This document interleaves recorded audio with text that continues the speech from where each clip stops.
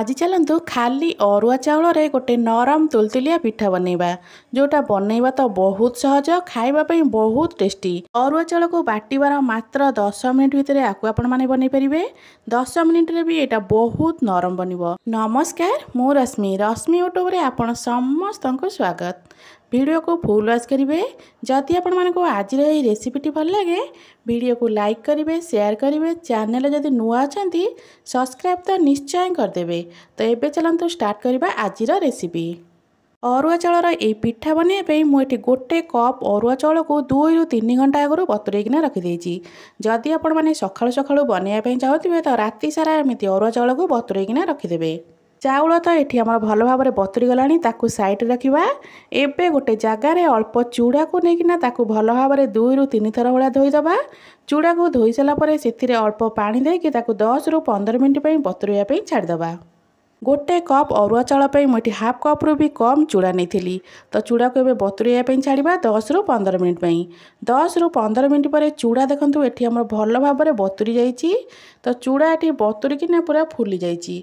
तो एबे चलंतु आम गोटे बैटर बनैबा चाउल आ चूड़ा रे।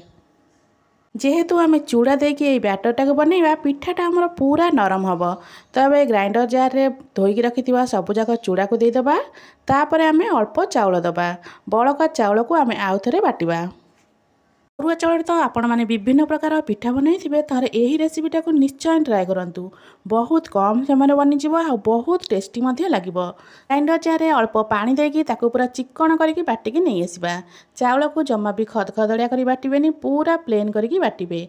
एबे देखंतु मु जेमती पूरा प्लेन कर बाटिची सेमिति ही पूरा प्लेन कर बाटबे। बैटर कंसिस्टेंसी एई टाइम रे टिके बेसी बहलिया रखिथिबे, बेसी पतला करिवेनी। आगको आमको अल्प पानी मध्य दबार अछि। तो एबे एई प्रोसेस रे सब जाक चाउल को मुझे बाटिकिना नहीं आसबि। मोर गोटे कप चाउल थिला। गोटे कप चाउल को जेहेतु मु छोट जार बाटुली तो 2 थर बाटिया पड़ता। जदि आपण माने बड़ जार बाटुथिबे तो थरकरे हो। तो मुझे 2 थर बाटी देइथिली चाउल को। चाउल एठी हमर भल भाव में बाटी साराणी। तो एबे एथिरे ग्राइंडर जार धोईकिना अल्प पानी एथिरे ऐड करदबा। बहुत कम पानी मुझे देइथिली। एबे बैटर को टिके भल भाव में गोलई दबा। बैटर कंसिस्टेंसी देखंतु केते बहलिया अछि। एई स्टेज रे आपण माने पानी ऐड करिवेनी, आगो को आमको पानी दबार अछि। तो एबे देखंतु बैटर तो हमर एतिकी बहलिया अछि। एबे चलंतु नेक्स्ट प्रोसेस को जिबा। गैस उपर गोटे जगार अल्प पानी गरम करने रखी। एबे से अल्प गुड़ दबा। आपण मैंने जेतिकी मीठा खाइबे से हिसाब रे गुड़ को देबे। गुड़ को एटी आमको मेल्ट करिवार अछि। गुड़ को आपण मैंने गोटे तार कि 2 तार किछि भी बनेबेनी, खाली आमको गुड़ को मेल्ट करिवार अछि। गुड़ आमर भल भाव में मेल्ट हो सारा परे गोटे जाली रे एबे आमे बैटर उपर गुड़ को छाणीदबा। तो जहाँ भी गुड़ रे आमर मैला थी सब जाली रे रहिजिब। तो ये गुड़ पानी आमर एतिकी देई देइछि, सेथिपई आमे आगुरु बैटर को टिके बहलिया कर रखिथिले। गुड़र पानी दे सारा परे एबे ताकू भल भाव में टिके गोळई देबे। गुड़ पानी देला बेले गरम गरम पानी देबेनी, टिके ठंडा करी तापर देबे। एबे गैस उपर गोटे कड़ाई बसाइछि, सेथिरे आधा चामच देबा गुआ घी।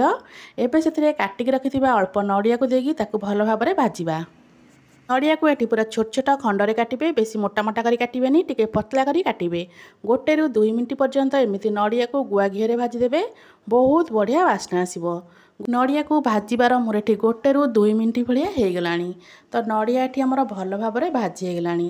एबे नड़िया को काढ़ी दबा गोटे प्लेट को। एबे आमे जो बैटर बनै रखिछे सेथिरे दबा अल्प गुजराती गुंड। गुजराती की गोटे हेमदस्तार छेचि देइथिली, यार गुंड अल्प देइथिली। एबे सेथिरे दबा स्वाद अनुसार लूण। एबे दबा भाजिकी रखिथिबा नड़िया। एठी मु भाजिकी जो नड़िया रखिथिली ताकू एठी देइदबा। नड़िया को दे सारा परे ताकू भल भाव में एठी हमें मिक्स करदबा। तो एबे आकू भल भाव में एठी मिसई दबा। बैटर कंसिस्टेंसी देखंतु केमिति अछि, ना ही बेसी बहलिया अछि ना ही बेसी पतला अछि। बैटर को एमिति ही बनेबे, बेसी बहलिया बनेबेनी कि बेसी पतला मध्य बनेबेनी। जदि आपण माने बेसी पतला बनेबे तो पिठा बनैया पे हमहु टिके प्रॉब्लम हबो।